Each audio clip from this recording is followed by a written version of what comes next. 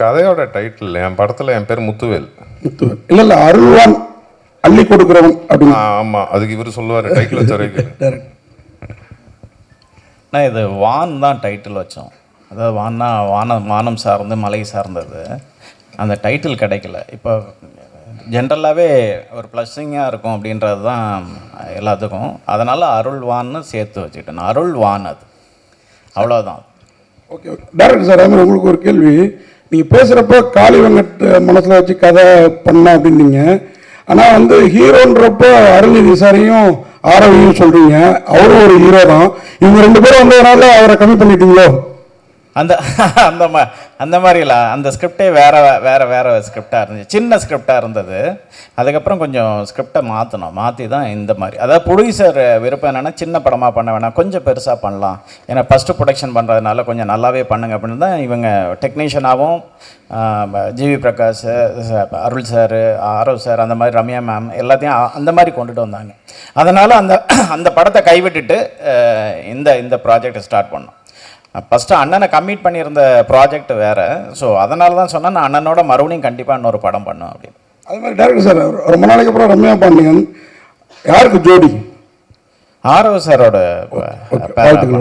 ஆமாம். அருள் சார், அருள் சார் எங்கே சார்? எங்கே ஐயோ சார், கோடம்பாக்கத்தில் வந்து அருள்வான்னா எல்லாருக்கும் தெரியும், அருள்நிதின்ட்டு. ஏன்னா பசங்களுக்கு வந்து ரொம்ப பிடிச்ச ஒரு நடிகர், அது இல்லாமல் எல்லாமே செய்வாங்க. இப்போ இந்த படம் டைட்டிலும் அதே மாதிரி ஒத்தி போகுது. ஆனால் இப்போ அதே படத்தில் அதே நெக்ஸ்ட் ஒரு படம் வந்து டிமாண்டி காலனி 3. ஸோ அப்படியே கான்டெஸ்டாக இருக்காது. எப்படி நீங்கள் வந்து ஹேண்டில் பண்ணீங்க? எப்படி ஹேண்டில் பண்ணுறேன்னா, ஹேண்டில்னா என்னன்னா, அது வந்து ஒரு பேய் படம், இது வந்து ஒரு நல்லது செய்கிற ஒரு படம். ஸோ அதுலேருந்து எது எப்படி நீ மாறுபட்டுறீங்கன்னு? இல்லை, இது நான் தான் சொன்னேன்ல ஃபஸ்ட்டே, இவர் கதை சொல்லும் போதே நான் எவ்வளோ படங்கள் பண்ணாலும் இதில் கிடைச்சா கதாபாத்திரம் எனக்கு திருப்பி அமையாதுன்னு தான் சொன்னேன். நான் ஃபுல் ஃப்ளெஜ்டாக பண்ணாலும் ஒரு கல்வி எவ்வளோ முக்கியம்னு இந்த படம் சொல்லியிருக்கோம். அதே மாதிரி அந்த இடத்துல வாழ்கிறவங்களோட வாழ்க்கை வந்து நம்ம படம் பார்க்கும்போது அவங்க லைஃப் ஸ்டைலே நம்ம புரிஞ்சுக்கலாம். அந்த படம் பார்க்கும்போது அவங்க எவ்வளோ கஷ்டத்தில் இருக்காங்க அப்படின்னு. ஸோ அதனால தான் இதுக்கு என்ன இதுன்னு கேள்வி கேட்டால் எப்படி பதில் சொல்கிறது? கதாநாயகனாக வந்து ஃபுல் ஃப்ளெஜ்டாக நடிக்கிறது சந்தோஷமான விஷயம். ஒரு டேரக்டர் வந்து ஒரு 5 நாள் ஸ்டோரி சொல்லும் போது உங்களுக்கு என்ன தோணுச்சு அந்த நேரத்தில்? அவர் 5 நாள் ஸ்டோரி சொல்லல, 5 நாள் வர சொன்னார். 5 நாள் வர சொன்னார். ஓகே, உங்களுக்கு என்ன தோணுச்சு? பண்ணலாமா வேணாவா? நிறைய முடிவு எடுத்திருப்பீங்களா நைட்டு? இல்லை, இவர் கொஞ்சம் குண்டக்க மாட்டாக்கான ஆள் தான். ஏன்னா என்ன ஆல்ரெடி தகராறுன்னு ஒன்று வச்சு எடுத்தார். அதனால எனக்கு என்னன்னா சீரியஸாகவே ஃபஸ்ட்டு ஒரு 5 நாள் தான் இருந்துச்சு. அதுக்கப்புறம் ஒரு 20 நாள் வந்திருப்பேன்னா. ஆக்சுவலாக ஃபுல் படம் இருக்கேன், அது சொல்ல மாட்டுறாரு. நானும் ஆர்வம், அவங்க கிருத்திகா, அப்புறம் இவங்க எல்லாரும் ஃபுல் படம் இருக்காங்க. கேள்வி next sir. Hero sir, Arulnithi sir வணக்கம். இதுக்கு நாங்கள் பேசவே செஞ்சுருப்பேன். நீங்கள் தான் பேசணும் சார். மாசான ஹீரோவாக பல படங்கள் பண்ணிட்டீங்க. பட் இந்த படத்தில் ஒரு முக்கியத்துவமான கேரக்டர் அப்படின்னா 5 நாளைக்கு ஒத்துக்கிட்டீங்க. அடுத்து வரக்கூடிய இந்த மாதிரி கதைகளில் முக்கியமான கேரக்டர் 2 நாள் 5 நாள் அப்படின்னா ஒத்துப்பீங்களா சார்? நான் இது வரைக்கும் எந்த படம் மாசான ஹீரோவாகவே பண்ணல சார். வம்சம் 1 போதும் சார். வம்சமில் வந்து என் படங்கள் எல்லா படங்களையும் எல்லா கதாபாத்திரக்கும் எல்லாருமே ஹீரோ மாதிரி தான் இருப்பாங்க. வம்சம்லேயே என்ன கிஷோர் சார் தான் ஹீரோ மாதிரி இருப்பார். அவரை வச்சு தான் படமே. இல்லை, இன்னைக்கு வரைக்கும் அருள்நிதி சார்னா வம்சத்தான் முக்கியமாக சொல்கிறாங்க. ஆமாம் ஆமாம், அந்த மாதிரி ஒரு மாசான படமும் நீங்கள் அடுத்து கொடுக்கணும். பட் இதை மாதிரி முக்கியமான கதைக்கு முக்கியமான கேரக்டர் வருது ஒரு 5 நாள் அப்படின்னாலும் நான் நடிக்கிறேன் அப்படின்ற மாதிரி நீங்கள் இருக்கீங்களா சார்? கண்டிப்பாக பண்ணுவேன். முக்கியத்துவம் வாய்ந்த கதைகளில் நான் 5 நாளுக்குனாலும் நீங்கள் நடிப்பீங்க. அதுக்குன்னு அதே பண்ணிட்டு இருக்க மாட்டேன். அப்புறம் 5 நாளாக எல்லா படத்துக்கும் போயிட்டு இருக்க வேண்டியதான். இல்லை சார், 5 நாள் சொல்லி திருப்பி 15 நாள் ஆக்கிடுவாங்க தலைவா.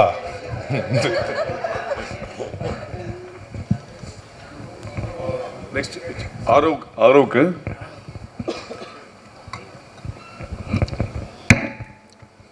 ரம்யா பாண்டியன் மேடம். இங்கே ஆக்சுவலாக உங்களோட கேரியரில் ரொம்ப முக்கியமான படங்கள் பார்த்தீங்கன்னா ஜோக்கர், ராம ஆண்டா ராவணாட்டம், இது 2மே வில்லேஜ் சப்ஜெக்ட் தான். ஸோ உங்களுக்கு நல்ல பேர் வாங்கி கொடுத்த அப்படிங்கிற பட்சத்தில் நீங்கள் ஏன் வில்லேஜ் சப்ஜெக்ட் சூஸ் பண்ணுறது தயங்குறீங்க? இல்லை, இந்த படம் கதை கேட்கும் போது உண்மையிலே அந்த மைண்ட் செட்டில் தான் இருந்தேன். ஏன்னா வர எல்லாமே வில்லேஜ் சப்ஜெக்ட், அது நல்ல வில்லேஜ் சப்ஜெக்டாக இருந்ததுன்னா நம்மள அறியாமல் நான் ஓகேன்னு தான் சொல்லியிருக்கேன். பிடிச்சி வேணான்னு சொன்னது கிடையாது. பட் இந்த படம் முடிக்கும் போது என் மனநிலை எப்படி இருந்ததுன்னா, வில்லேஜ் சப்ஜெக்ட் பண்ணுறது எனக்கு பெருமையாக ஃபீல் ஆச்சு. ஏன்னா ஒரு கிராமத்து மக்களை நம்ம ரெப்ரசென்ட் பண்ணுறோம், அவங்களோட வாழ்வியலை காட்டுறோம். ஸோ அதில் நிறைய நுணுக்கங்கள் இருக்குது, அதில் ஒரு ரியாலிட்டி இருக்குது, ஒரு சோல் இருக்குது. ஸோ படம் முடிகிற டைமில் நான் பெருமை தான் பட்டேன். ஸோ இப்போ அந்த மைண்ட் செட்டில் இல்லை. கதை கேட்கும் போது உண்மையிலே நான் அவர்கிட்ட ஃபோனில் நோ தான் சொன்னேன். ஸோ இருந்தாலும் ஒரு வாட்டி கேட்க வாங்கினாங்க. தேங்க்யூ சார் திருப்பி வர சொன்னதுக்கு. ஸோ கதை கேட்டதுக்கப்புறம் எனக்கு ரொம்ப ஹாப்பி ஆயிடுச்சு. ஸோ இனிமேல் வில்லேஜ் படம் கண்டிப்பாக sir Aarav sir sir Tamil சினிமாவில் வந்து பெரும்பாலும் வந்து டபுள் ஹீரோ வந்து நடிக்கிறது வந்து ரேராக தான் நடிப்பாங்க. அருள்நிதி சார் கூட நடிச்சிருக்கீங்க. உங்களுக்கு எந்த அளவுக்கு எக்ஸ்பெக்டேஷன் இருந்தது? என்ன சவால்கள் எல்லாம் சந்திச்சிங்க? தமிழில் வந்து அந்த ஒரு இது இருக்குது, மல்டி ஹீரோ பண்ணுறது வந்து ரொம்ப கம்மியாக இருக்குது. But other languages Malayalam, Telugu, கன்னடாலெல்லாம் நிறைய பண்ணுறாங்க. தமிழ்லேயும் எனக்கு பண்ணணுன்னு ரொம்ப ஆசை இருந்துச்சு. பட் இந்த கதை சொல்லும்போது வந்து அருள் சாரோட கேரக்டர் அப்போது வந்து யாருமே ஃபிக்ஸ் பண்ணலை.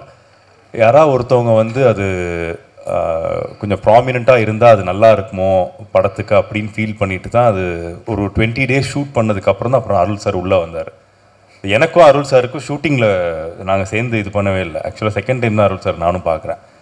பட் படமாக அது பார்க்கும்போது அருள் சார் அந்த கேரக்டர் பண்ணது வந்து இன்னும் அந்த படத்தையும் சரி அந்த கேரக்டரையும் அது வந்து பயங்கரமாக எலிவேட் பண்ணிச்சு. ஸோ அது வரைக்கும் ஹாப்பி தாங்க. அருள் கணேஷ் சார் டைரக்டர் சார், இது உண்மை கதைன்னு நீங்கள், இது ஒரு தனிப்பட்டவருடைய கதையா அல்லது அங்கே நடந்த இன்சிடென்ட் மாரி ஏதாச்சும் இருக்குது? இல்லை, ஒருத்தருக்கு படிப்பு இல்லையா அல்லது அந்த ஊரில் உள்ள அத்தனை பேருக்கு? அதாவது அங்கே ஒரு என்ஜிஓ ஆய்வுப்படி என்ன சொல்கிறாருன்னா 25% வந்து தான் படிப்பு இருக்குது, 75% வந்துட்டு கிடைக்க மாட்டேங்குது அப்படின்னு தான் சொல்கிறாரு. முக்கியமாக இது வந்துட்டு இந்த படம் வந்துட்டு காடர் மொழியில் எடுக்கப்பட்ட படம். அதாவது காடர் மொழி ஏஷியாவிலே ஃபஸ்ட்டு மொழி அப்படின்னு வந்துட்டு சொல்கிறாங்க. இதுக்கு அனீஸ்னு ஒரு தம்பி தான் அந்த வால்பாறை கல்லார்குடின்னு ஒரு ஊர் சைட்லேருந்து வந்து எங்களுக்கு ட்ரான்ஸ்லேட் பண்ணி கொடுத்து உதவி இயக்குனராக அவர் ஒர்க் பண்ணி ட்ரான்ஸ்லேட் பண்ணி வந்துட்டு கொடுத்தாரு. நான் ஆக்சுவலி ட்ரெக்கிங் போகிற பழக்கம் எனக்கு அதிகமாக உண்டு. நான் அந்த மாதிரி வந்து சின்னூர்ன்ற ஒரு கிராமம், அதாவது பெரிய குளத்துக்கு மேலே இருந்து உள்ளே போகிற ஒரு கிராமம் இருக்குது. அந்த கிராமத்துக்கு நான் போகும்போது அது குடின்னு சொல்லுவாங்க. அந்த மக்களை நான் வந்துட்டு சந்திக்கும் போது அப்போது ஒரு குழந்தை வந்துட்டு என்னை படிக்க வைக்க முடியுமா அப்படின்னு வந்துட்டு கேட்டுச்சு. என்ன பிரச்சனை அப்படின்னு கேட்கும்போது அவங்களோட பிரச்சனையை சொன்னாங்க. என்னென்னா 3 மாதம் காட்டாற்று வெள்ளம் வரும், இதை கிராஸ் பண்ண முடியாது, ஃபஸ்ட்டு சிக்னல் கிடையாது, அதனால் அடிப்படை வசதிகள் எதுவும் இல்லை, ரோடு இல்லை, இந்த மாதிரியான பிரச்சனைகள்லாம் நிறைய இருக்குது அவங்களுக்கு. ஸோ அப்போ நான் ஒரு வீடியோ கிளிப் பண்ணி ஒரு பத்திரிக்கைக்கு வந்துட்டு நான் அனுப்பிச்சேன். அதை உடனே இம்மிடியேட்டாக வந்துட்டு ப்ரெஸ் ஆச்சு, இது பப்ளிஷ் ஆச்சு. பப்ளிஷ் ஆனதுக்கப்புறம் அங்கே இருக்கிற கலெக்டர் என் லைனுக்கு வந்தார். இந்த வில்லேஜ் எங்கே இருக்குது அப்படின்னு வந்துட்டு கேட்டாங்க. ஸோ அவருக்கே அது சரியாக தெரியலை. அதுக்கப்புறம் நான் ஒரு அட்ரஸ் வந்துட்டு சொன்னேன். அப்புறம் இது தேனி மாவட்டத்திலேருந்து பேசின கலெக்டரு, இது பெரியகுளம் வந்துட்டு திண்டுக்கல் மாவட்டத்தை கனெக்ட் பண்ண போல. அதுக்கப்புறம் அங்கேருந்து எல்லாருமே அந்த குழந்தைய போய் பார்த்து அதுக்கான எஜுகேஷனை கொடுத்து இன்றைக்கி அந்த பொண்ணு வந்துட்டு அதை எஜுகேஷனை முடிச்சிருச்சு. இதனோட இன்ஸ்பயர் தான் அந்த கதை. ஓகே சார், இந்த கேரக்டருக்கு முத்துவேல்னு வச்சுருக்கீங்க, முத்துவேல் கருணாநிதினு வச்சுருக்கலாமே. இது சார்கிட்ட கேட்கலாம். சார் சுகுமார் சார் பார்ட் 2ல் வைப்பார். சார் சுகுமார் சார், தொடர்ந்து மலைவாழ் மக்களுடைய கதை, காடு, மலைகள் இதே தான் காட்டிகிட்டு இருக்கீங்க. எப்போ தான் வந்து நீங்கள் ஒரு லவபிள் படமாக பண்ண போகிறீங்க? அது ஜியோ வருது இமீடியட்டாக, அது பாருங்கள். மான்கார் அது மாதிரி அது கலர்ஃபுல்லாக ஃபுல் சிட்டி படமாக இருக்கும், விரைவில் அது வரும்.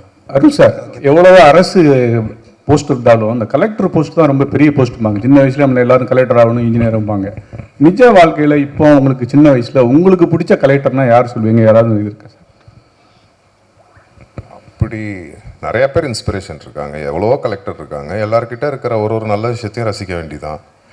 ஆக்சுவலாக எங்கள் அக்காவுக்கு கலெக்டர் ஆகணுன்னு ரொம்ப ஆசையாக இருந்துச்சு. நான் எங்கள் அக்கா கிட்ட அதை சொன்னேன், அது நான் இந்த படத்தில் நிறைவேற்றிட்டேன் பாரு, உனக்கு ரொம்ப பிடிக்கும் அப்படின்னு. எங்கள் அக்கா ரொம்ப ட்ரை பண்ணாங்க ஆக்சுவலாக. சார் ஆரவ் சார், ஒரு படத்தில் வந்து அருள்நிதி, காளி வெங்கட் 2 பேர் இருக்காங்க. அருள்நிதி சார் இங்கே பேசுகிறப்ப அப்படி ஜாலியாக அப்படி பேசுவார். ஆனால் நடிப்புன்னு வந்துட்டா வேறு லெவலில் இருப்பார். அவர் உள்ளே வந்துருக்கிறாரு. அது மாதிரி காளி வெங்கட்டும் பார்த்தீங்கன்னா ரொம்ப சாதாரணமாக, நம்மளோட சாதாரணமாக இருப்பார். ஆக்டிங்கில் வேறு லெவலில் இருப்பார். உங்களுக்கு அந்த பயம் இருந்ததா? ஏன்னா நீங்கள் வந்து நல்ல நடிகர் தான், ஆனால் ஒரு 2வது 3வது படத்தில் இவங்களோட ஜாயின் ஆகிறப்ப நம்மளை தூக்கி சாப்பிடுவாங்களோங்கிற ஒரு திங்கிங் உள்ளுக்குள்ளார இருக்கும் இல்லையா? இது இல்லாமல் ரம்யா பாண்டியன் வேறு, அவங்க கிளாமரும் சரி ஆக்டிங்கும் பிரமாதமாக பண்ணுவாங்க. எப்படி ஃபீல் பண்ணீங்க? இல்லை, ரம்யா பாண்டியன் பற்றி பயப்படல. அதில் அருள் சார் கூட எனக்கு இல்லை, போர்ஷன்ஸ் இல்லை, அந்த மாதிரி தான் படத்தில் கதை அப்படி. அதனால அருள் சார் கூட நடிக்கிற இது இல்லை. பட் காளி சார் கூட 2-3 இது இருந்துச்சு. அஃப்கோர்ஸ் ஒரு ஒரு பயங்கரமான ஒரு ஆக்டர் அவங்க. அந்த அந்த சீனோட போகும்போது ஐ திங்க் நாங்கள் டைம் லிமிட்டேஷன்ஸ் அதெல்லாம் இருந்தாலும் டக்குன்னு கரெக்டாக பண்ணிட்டோம் அதை. பட் அது படமாக பார்க்கும்போது சார் பண்ண அந்த போர்ஷன்ஸ் வந்து அவ்வளோ ஸ்ட்ராங்காக ஃபீல் ஆச்சு, பயங்கர எமோஷன்ஸ் ஃபீல் ஆச்சுது. ஸோ அது அவர் ஜஸ்டிஃபை பயங்கரமாக அதை பண்ணிட்டார். சார் லால்குடி இளையராஜா சார், நீங்கள் பேசுகிறப்ப ஏதாவது கேள்வியை கேட்டால் பதில் சொல்லுவோம். நீங்கள் மலை சார்ந்த இடமே நல்ல இயற்கையான இடம், ரொம்ப அழகாக இருக்கும். நீங்கள் அங்கே என்ன செட்டு பண்ணால் நீங்கள் விருதுலாம் பல விருது வாங்கினவர், இந்த படத்துலையும் உங்களுக்கு விருது இருக்கும், உங்களுக்கும் சுகமாக இருக்கும், கண்டிப்பாக இருக்கும். ஃபஸ்ட்டு உங்களுக்குலாம் ஆர்டரேஷன்னா செட்டு போடுறதுன்னு யார் சொல்லுது?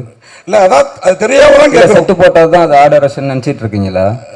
நீங்கள் யாரும் ஒன்று டிசைட் பண்ணிக்கிறீங்க. ஃபஸ்ட்டு ஆர்டரேஷன்னா என்ன நீங்கள் கேட்டீங்கல்ல, கொஸ்டின் கேட்டிருக்கீங்கல்ல? ஆமாம், செட்டு போட்டால் தான் ஆர்டரேஷன். சார் நானும் பேசிக்காக ஒரு ஓவியம் தான், 10வது முடிச்சுட்டு வந்து ஓவிய கல்லூரியில் இடம் கிடைக்காம தான் பத்திரிகையாளராக மாறினேன். அதுக்கப்புறம் எனக்கு இடம் கிடைச்ச பையன் அப்புறம் பத்திரிகைக்காரங்களா ஒரு ஓவியனா இருந்துட்டு அந்த கேள்வி கேட்கக்கூடாது இல்லை? இப்போ ஆர்டரேஷன் லைக் ஒரு அந்த தளம் எங்களுக்கு மாட்டிருக்க சார். ஒரே நிமிஷம், கேள்விங்கிறது என்ன சார்ந்து இல்லை, என் மூலியமா மக்களுக்கான விளக்கம்.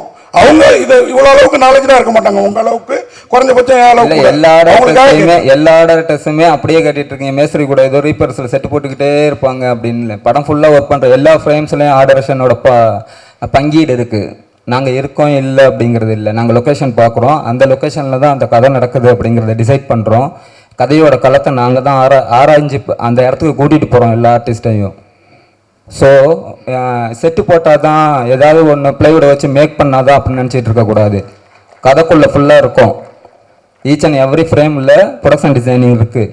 அது என்ன கலர் ஸ்கீமில் போகலான்னு டிஸ்கஸ் பண்ணுறோம். கேமராமேன் கூட என்ன லைட்டப்பில் எடுக்கலான்னு டிஸ்கஸ் பண்ணுறோம். ஸோ கதை ஃபுல்லாக ஆராய்ஞ்சிட்டு இருக்கோம். நீங்கள் ஏதோ செட்டு போடுறது அதனால கதை இது போய் ஏதோ மலையிட்ட நின்னா நாங்கள் என்ன பண்ண போகிறோம் அப்படின்னு கொஸ்டின் கேட்டுட்டு இருக்கக்கூடாது அப்படிங்கிறது என்னோட தாழ்மையான வேண்டுகோள். இனிமேலாவது இந்த கொஸ்டின்ஸ் இது மாதிரி கொஸ்டின்ஸ் விளக்கம் கிடைச்ச பிறகுதான் எனக்கே அது தெரியுது. அப்போ மக்களும் இதுக்கப்புறம் தெரிஞ்சுப்பாங்கிறதுக்கு தான் இந்த கேள்வி. நன்றி. இதை போஸ்ட் பண்ணீங்கன்னா கரெக்டாக போஸ்ட் பண்ணி கரெக்டாக கொண்டு போய் சேர்த்தீங்கன்னா ஆர்டர்ஸ் அங்கே மலையில் என்ன செட்டு போடுறீங்க, அங்கே தெருவில் எடுக்கிறப்போ உங்களுக்கு என்ன வேலைன்னு கேட்காம இருப்பாங்க ஆடியன்ஸு. நீங்கள் தான் அதை கரெக்டாக கொண்டு போய் அப்போ ரீச் பண்ணணும். ஸோ தெரிஞ்சுக்குவாங்கல்ல மக்கள். ஃபிலிம் மேக்கிங்னா ஒவ்வொருத்தவங்களுக்கும் ஒவ்வொரு பார்ட் இருக்குதான், அதில் எவ்வளோ இம்பார்ட்டன்ட் என்னென்ன பார்ட்டில் இருக்குது அப்படிங்கிறத மக்கள் எந்த அளவுக்கு ரீச் பண்ணுறாங்களோ அப்போ தான் கலை வடிவம் கொண்டு போய் அவங்களுக்கு போய் ரீச் ஆகும். நன்றி. நன்றி. டைரக்டர் சார், உங்களுக்கு ஒரு கொஸ்டின். இந்த படத்தோட டிசைனில் காடும் சேர்ந்த இடமும் நார்மலாக இருக்குது, சிட்டி தலைகீழ இருக்குது. இது என்ன கனெக்ட் பண்ணுறீங்க? இல்லை, அதாவது இருக்கு அதாவது இப்போ ஒரு கலெக்டர்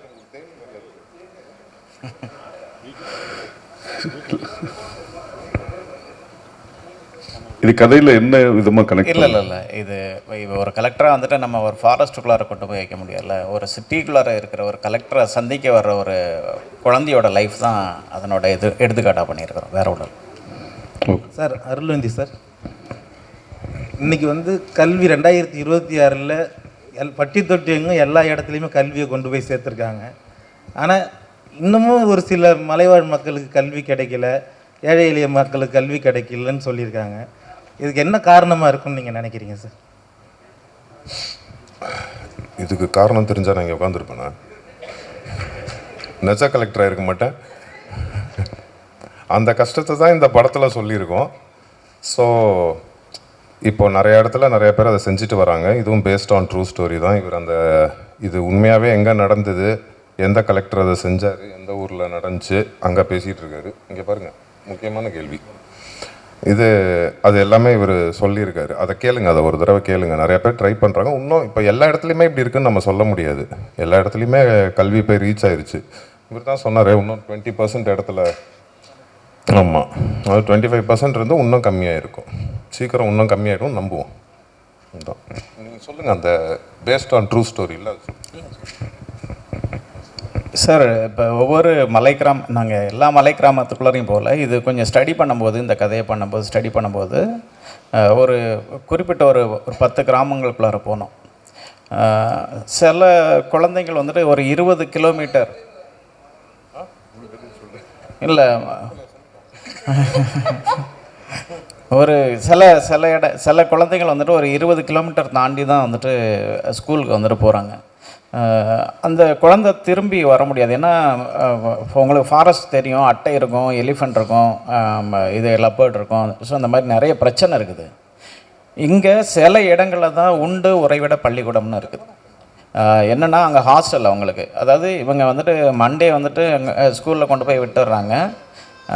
சாட்டர்டே வந்துட்டு அந்த குழந்தைங்கள ரிட்டர்ன் வந்துட்டு அந்த பேரண்ட்ஸ் போய் கூட்டிகிட்டு வராங்க. இதில் இந்த சம்பவத்தில் இந்த குடும்பங்களுக்குள்ளார, இந்த சொந்தங்களுக்குள்ளார ஏதாவது ஒன்று நடந்தால் அந்த குழந்தைங்களுக்கு எதுவுமே தெரியறது கிடையாது. இதனோட வலி ஒரு பெரிய வலியாகவே இருந்துக்கிட்டு இருக்குது. ஏன் 20 கிலோமீட்டர் போகணும், ஏன் இந்த இடத்துக்குள்ளார இன்னும் பள்ளிக்கூடம் வரலன்னா, அங்கே அடிப்படை வசதிகள் இல்லை. அங்கே வந்துட்டு ஒரு டீச்சர் வந்துட்டு இங்கேருந்து போகணுன்னா டிரான்ஸ்போர்ட் வேணும், வேவ் இருக்கணும். ஸோ அவங்க அனிமலை சமாளித்து போகணும். இங்கே கீழே இருந்து தரைத்தளத்துலேருந்து நீங்கள் காட்டுக்குள்ளார போகணுன்னா மினிமமாக 15 கிலோமீட்டர் மேலே போகணும். ஸோ அதுக்கு நிறைய ப்ரொசீஜர் இருக்குது. ஸோ இதெல்லாம் ஃபாலோ பண்ணி இன்னும் வந்துட்டு சரியான இடங்களில் வந்துட்டு சேரலை கல்வி. இதை கொஞ்சம் கொஞ்சமாக சேர்த்துக்கிட்டு இருக்கிறாங்க. இந்த மாதிரியான படங்கள் வந்துட்டு இப்போ மக்களை போய் ரீச் பண்ணும்போதும், அஃபிஷியல் ஆஃபீஸர்ஸ் இதை பார்க்கும்போதும் அவங்களுக்கு ஒரு வந்துட்டு நல்லது நடக்கும் அப்படின்றதுக்காக தான் இந்த மாதிரியான ஒரு ஸ்கிரிப்டை வந்துட்டு நாங்கள் பண்ணியிருக்கோம்.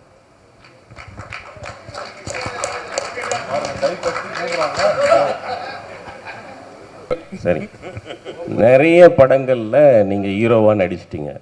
இப்போ நண்பர் கேட்டதுக்காக சிறப்பு தோற்றத்தில் கலெக்டராக நடிச்சிருக்கீங்க. கலெக்டரோட அதிகார எல்லைக்கு உட்பட்டு அந்த பொண்ணை நீங்கள் படிக்க வைக்கிறீங்களா, இல்லை அதை மீறி அரசு விதிகளை மீறி தனிப்பட்ட முறையில் அனுதாபத்தினால அந்த பொண்ணை படிக்க வைக்கிறீங்களா? அது மாதிரி என்னது உங்கள் கேரக்டரை பற்றி விரிவாக சொல்லுங்கள். இல்லை, அதை சொன்னால் கதை சொன்ன மாதிரி ஆகிடும்ல. நான் அந்த பொண்ணை என்ன முயற்சி எடுத்து படிக்க வைக்கிறேன்றது அதை நீங்கள் படமாக பார்க்கும்போது தெரியும். ஃபர்ஸ்ட் ஆஃப் ஆல் இதில் அவர் என்னை 5 நாள் தான் கூப்பிட்டாரு நடிக்க. அப்புறம் 5 10 ஆச்சு, 10 15 ஆச்சு. ஆனால் எல்லா நாளுக்கும் ஒரே சம்பளம் தான் கொடுத்தாரு. நான் சீரியஸாக சம்பளத்துக்காகவோ அதுக்காகவோ பண்ணலை.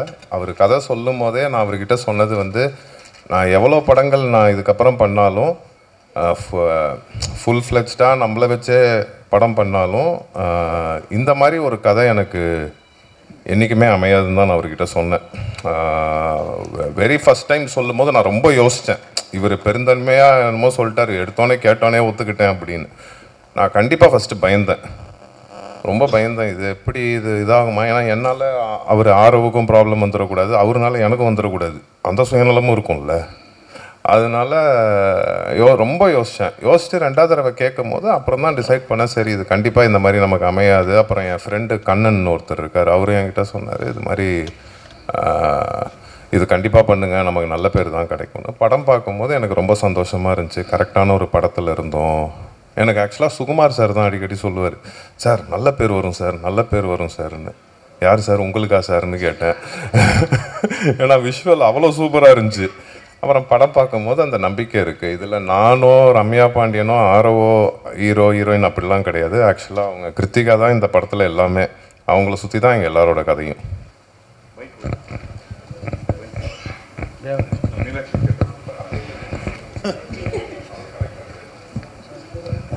அருள் சார், நீங்கள் இந்த படத்தில் நல்ல பேர் வரும்னு சொன்னீங்க.